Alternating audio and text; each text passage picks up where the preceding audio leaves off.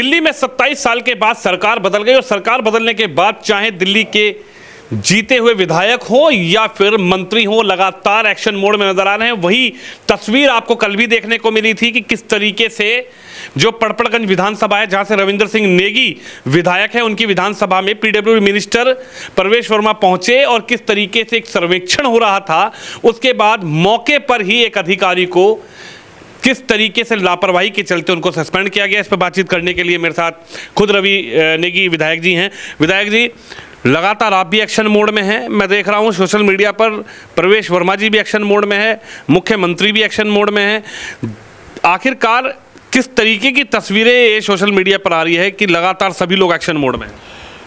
दिल्ली सरकार के जो कर्मचारी हैं, जो पहले जिनको आदत पड़ी हुई थी काम नहीं करने की, जिनका एक हनीमून पीरियड चल रहा था पिछले 12 सालों से, अब उनको रोड में निकलना पड़ेगा और काम करना पड़ेगा। जवाबदेही तय हो चुकी है, क्योंकि अब जिस दिन से सीएम बनी है खुद रोड पे है, पीडब्ल्यूडी मिनिस्टर खुद रोड पे है, सारे के 48 के 48 विधायक रोड में है। जनता के प्रति जवाबदेही है और अब नहीं चलेगा। तो इसलिए जो काम करेगा वो रहेगा सत्ता में, जो नहीं करेगा वो सरकारी नौकरी से जाएगा। और ये साफ संदेश दे दिया है पीडब्ल्यूडी मंत्री ने। परसों यहाँ दौरे में थी और जो पिछला कई वर्षों से ये नाला, पिछले दिल्ली सरकार का पीडब्ल्यूडी का नाला जो गाजीपुर तक जाता है, उसकी बदहालत देखकर 12 सालों से उस नालों में कूड़ा तक नहीं निकला, उसकी बदहालत देखकर बहुत गुस्सा आया उनको और उन्होंने तुरंत तत्काल प्रभाव में एक्शन को वहाँ सस्पेंड कर दिया। लगता है कि लगातार बिल बनते रहे, कूड़ा निकासी का, नाले सफाई का, कंस्ट्रक्शन का, मेंटेनेंस का बिल बनते रहे, लेकिन धरातल पर अब जब आपकी सरकार आई है और जब धरातल पर आप लोग सड़क पे उतर रहे हैं, चाहे धूप हो, ताप हो, शाम हो, रात हो, आप लोग उतर रहे हैं, तब अधिकारी को भी ये पता लग रहा है कि साहब अब तो पोल खुलती हुई नजर आ रही है और अगर काम नहीं करेंगे तो यही हाल होगा। नालों की डिसिल्टिंग कम से कम नहीं तो साल में एक बार होती है, पर ये 12 सालों से नहीं हुई और हर साल कागजों में डिसिल्टिंग दिखाई गई। और इतनी बदहालत हो रखे नाले, उस पर पेड़ उगे हुए, कोई सफाई नहीं, और चारों तरफ गलियों में पानी भर रहा है, जल भराव हो रहा है। सारे अधिकारी आराम से बैठे थे, पर अब सब हरकत में आ चुके हैं, क्योंकि जिस प्रकार कार्रवाई, जो कड़ी कार्रवाई हुई है, साफ बता दिया गया है अगर जो काम नहीं करेगा उसको सस्पेंड करा ही जाएगा और कोई ऑप्शन नहीं है। आपके विधानसभा क्षेत्र में भी पीडब्ल्यूडी मिनिस्टर घूमे, उन्होंने, आपने भी मैसेज देख रहा था सोशल मीडिया पर, तमाम तस्वीरें देख रहा था कि आपने उनको कई जगह दिखाई कि कहाँ विकास की ज़रूरत है, कहाँ विकास का अभाव रहा। पिछली सरकारों में किस तरीके से विकास के नाम पर सिर्फ जनता को ठगा गया, वोट बटोरे और विकास के नाम पर जीरो। तो आपको किस तरीके का आश्वासन मिनिस्टर प्रवेश वर्मा जी की तरफ से मिला और किस तरीके से आगे कार्य होगा इस विधानसभा? नहीं, बिल्कुल, ये नरवाना रोड है, जो स्मार्ट रोड इन्होंने बनाया, उस पर जो नाले थे उन नालों को पूरा तरीके से ढक दिया गया है। अगर उस नाले की सफाई भी अगर करे व्यक्ति तो सफाई नहीं होगी।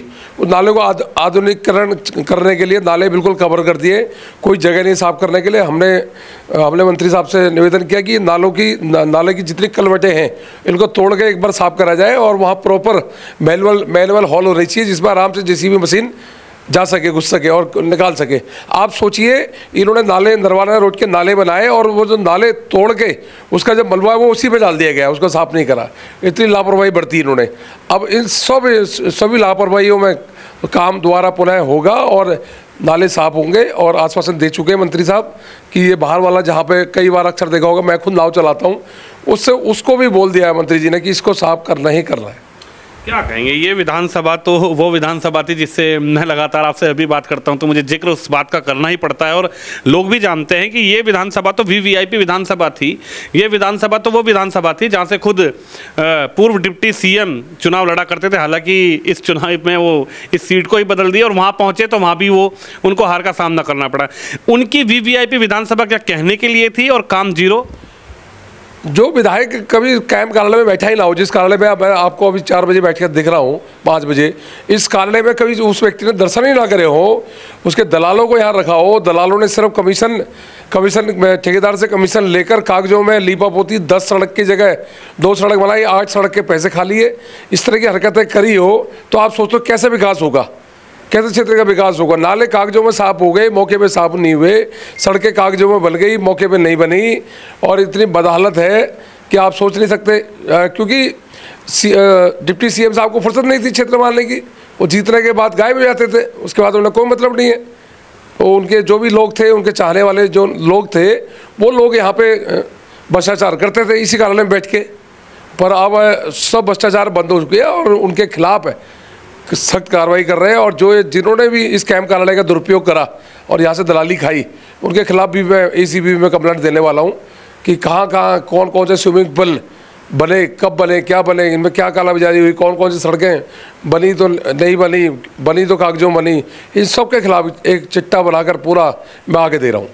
क्या कहेंगे? प्रवेश वर्मा की तस्वीर पूरे सोशल मीडिया पर वायरल हो रही है। वो जब चिल्ला पहुंचे तो उन्होंने कहा कि भाई ये जो बीच में लोग बैठे हैं ये सरकार की ज़मीन है और सरकार की ज़मीन पर आखिरकार कौन ये लोग हैं, क्या ये रोहिंग्या बांग्लादेशी, आखिर कौन ये लोग हैं। और हमने भी वहाँ जाकर पड़ताल की, जब वो तस्वीर हमने देखी, हमारी टीम, मैं खुद वहाँ पर पहुँचा तो हमने भी देखा कि वो सरकारी लैंड है, सरकारी ज़मीन पर किस तरीके से डबल स्टोरी मकान बना दिए गए, पक्के मकान बना दिए गए। और खुद ही वो कह रहे हैं कि भाई हमारे कागज़ यहाँ बना दिए गए, हमारे यहाँ सीवर डलवा दी गई, हमारे यहाँ बिजली का बिल लगवा दिया गया, हमारे मकान के लिए बोला गया कि आप पक्के मकान बनाइए।